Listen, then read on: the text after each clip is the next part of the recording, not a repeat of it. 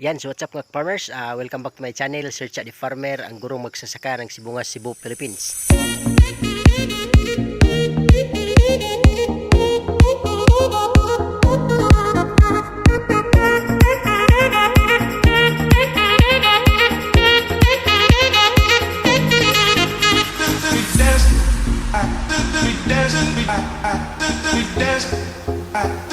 And if you are new to this channel mga farmers, please don't forget to subscribe and click the notification bell in order for you to be notified with my coming videos. Thank you and enjoy this vlog.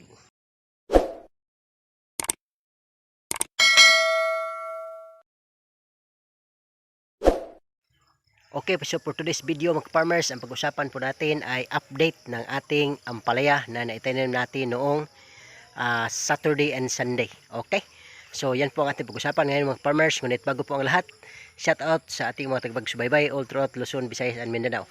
Most especially to my ampalaya farming mentors. Shout out agaw Jopel the farmer, anak ni Matoy. And of course shout out agaw Pino Uyang Gurin Kaminadi aka Pino's Vlog. Shout out agaw. And also shout out sa ating kaibigan mula dyan sa Persian Gulf, Qatar. Shout out Idol Aquaros. At the same time, shout out Lakas ng Negros TV. At the same time, Bicolanong taga Bukid. Shout out nga Idol. At the same time, shout out Boss Ayan Vlogs ng Kagay, Sibungas, Cebu. And of course, shout out also Bombirong Farmer. At the same time, Ka-Farmer Pilot. And shout out din kay Salvador Farmers. And of course, shout out Jojo the Farmer ng Barangay San Antonio, Southern Leyte. Okay, and also shout out sa ating mga kaibigan mula dyan sa Duguan, Sibungas, Cebu, sa Redondo family. Shout out. And of course, shout out also to Sir James Nere.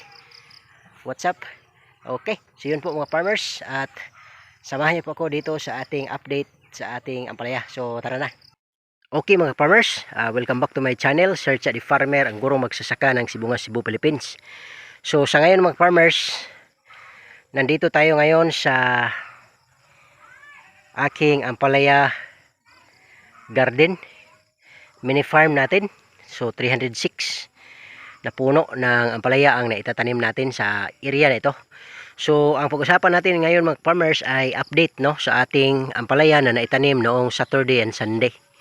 So ngayon po ay from drip seeding 4 days no. Ngunit yung pagbibilang natin sa araw ng ating ampalaya mga farmers ay nakadepende sa ampalaya. So ang dito sa amin, yung first day namin mga farmers or day 1 ng ating ampalaya ay kapag yung dalawang dahon ay lumabas na mga farmers at naka-sprout na talaga mga farmers. Tulad nito mga farmers, papakita ko po sa inyo. Yan. So ito po ang palatandaan na nag day 1 old na yung ating ampalaya. So ibig sabihin nakabuka na yung dalawang dahon. Okay? So yan mga farmers. So dito. So 1, 2, 3, 4, 5, 6. So mula dito mga farmers hanggang doon, yan ay ang sample ng Green Admiral ng Kaniko Seeds. Sawa ng Diyos ay mayroong sa sample na pina-germinate natin, meron tayong 6 na piraso ng seeds na naitanim. At yun nga, experiment natin yan mga farmers. Tapos dito naman pang 7th hanggang doon at sa buong area na ay Mestiza F1. So ito po ang Mestiza F1 mga farmers. Wala namang mga ka-farmers, walang kaibahan dahil siyempre parehong ampalaya ito. Ganyan, so day 1 ng ating ampalaya ngayon. So today is February 8, 2024. Yan. So ang kagandahan mga farmers sa ginawa nating proseso sa seed preparation kung saan nagpa-germinate muna tayo ng ating mga seeds bago natin itinanim ay nagbigay po ng napakagandang resulta kung saan 95% na ngayon mga farmers ay tumubo na at yung iba ay late pero nandyan sila, papausbong na rin. Pero 95% mga farmers ay ganyan na mga farmers. So day 1 na talaga nila mga farmers yan. Day 1 mga farmers hanggang dito sa 306. Ito yung pinaka last. Yan. At the same time mga farmers dito sa ikalawang plot mga farmers. Yan. So hanggang doon. Day 1 na rin mga farmers. Yan o. Yan. At saka dito rin mga farmers sa ating ika-third plot. Yan. So nag day 1 na rin mga farmers hanggang dito. Yan. Yan mga farmers. Okay. Hanggang doon na sa huli. Tapos dito rin sa fourth plot. By the way mga farmers, kung makikita ninyo sa ating ibabaw ng ating plastic mulch ay meron tayong nilalagay na mga ito ay yan, saging sa Bisaya. Ano to mga farmers? Balani. Yung katawan ng saging ay pinuputol-putol natin. At yun po ang ginamit nating mga farmers. Pansangga, pantakip sa ating ampalaya nung bago natin itinanim para hindi masyadong mainitan. Okay, yan mga farmers, day 1 ng ating ampalaya. Hanggang doon mga farmers, grabe. So ngayon, since day 1 nila, start tayo sa pagbilang hanggang 10 araw mga farmers kung saan mag-a-apply tayo in the 11th day ng first fertilization. Sa ngayon, from day 1 to 10 ay magdidilig muna tayo ng tubig. Wala muna tayong i-apply na fertilizer. So, fifth plot natin mga farmers yan.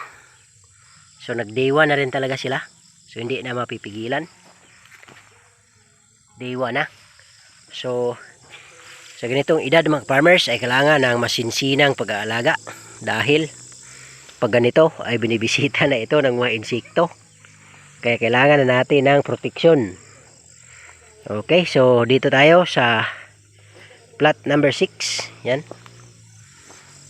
So day 1 nila mga farmers talaga. Yan. Tapos sa seeds mga farmers, merong iba na huli ang pag-usbong tulad nito. Yan. Pero may dahon na rin dalawa pero hindi pa bumuka. Okay, bukas bubuka na yan. Mag day 1 na rin siya. Pero may karamihan is day 1 na talaga. So, plot 1 to 6 mga farmers, day 1. Tapos, dito naman sa 7th plot, 8th plot, at saka 9th plot, yan ay itinanim natin Sunday. Okay, kaya ang nangyari ganito mga farmers, yan. Papausbong pa siya mga farmers. Ganyan, papausbong. Ganyan. Pero meron ng iba na nag-sprout na rin. Tulad nito. Kahit Sunday natin itinanim. Nakadepende po sa seeds mga farmers. At sa ganitong stage mga farmers, we have to open ourself and our mind, no? At ating mga isipan na meron talagang kahit nag-usbong na ay mag-failure pa rin. So kailangan mapaghanda tayo ng reserve na seeds para itanim natin agad kapag merong hindi nabuhay, para hindi sayang yung ating area. Okay mga farmers, yan. So dito sa 8 plot, yan. So meron na ring umusbong mga farmers. Yan dyan nakatago pa, pero papalabas na. Dito lumabas na. Tapos meron ding nagdiwa na rin, nakadepende po sa seeds mga farmers. Yan, kapausbong na siya. Okay. So hanggang dito mga farmers, Sunday natin to na itanim. Yan. So dito nga papausbong pa. Pero dito, yan. Padiwa na rin. Yan mga farmers. Yan o. Tapos dito mga farmers, kasi yung mga seeds na pina-germinate natin ay meron talagang hindi lahat ay nag-germinate. So kaya itong 10th and 11th and 11th plot ay na late nating tanamnan. So kaninang umaga ko pa natamnan to mga farmers. Yan. Makikita nyo wala pang usbong. Pero 2 to 3 days from now, ngayon? Thursday, Friday, mga Sunday, mga farmers, meron ang usbong nito. Okay? So, yan po ang ating update sa ating ampalaya. So, yung ating ampalaya, mga farmers, ay nag 1 day old na.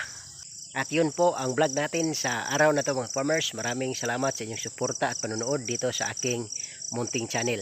Sa mga hindi pa po naka-subscribe at napadaan lang, paki-subscribe po para magiging mas inspired tayo na gumawa ng mga contents at the same time lalaki yung ating munting bahay. Okay, so once again, this is Sir Cha the Farmer, ang gurong magsasaka ng Sibunga, Cebu, Philippines. Bye bye and thank you. Happy farming.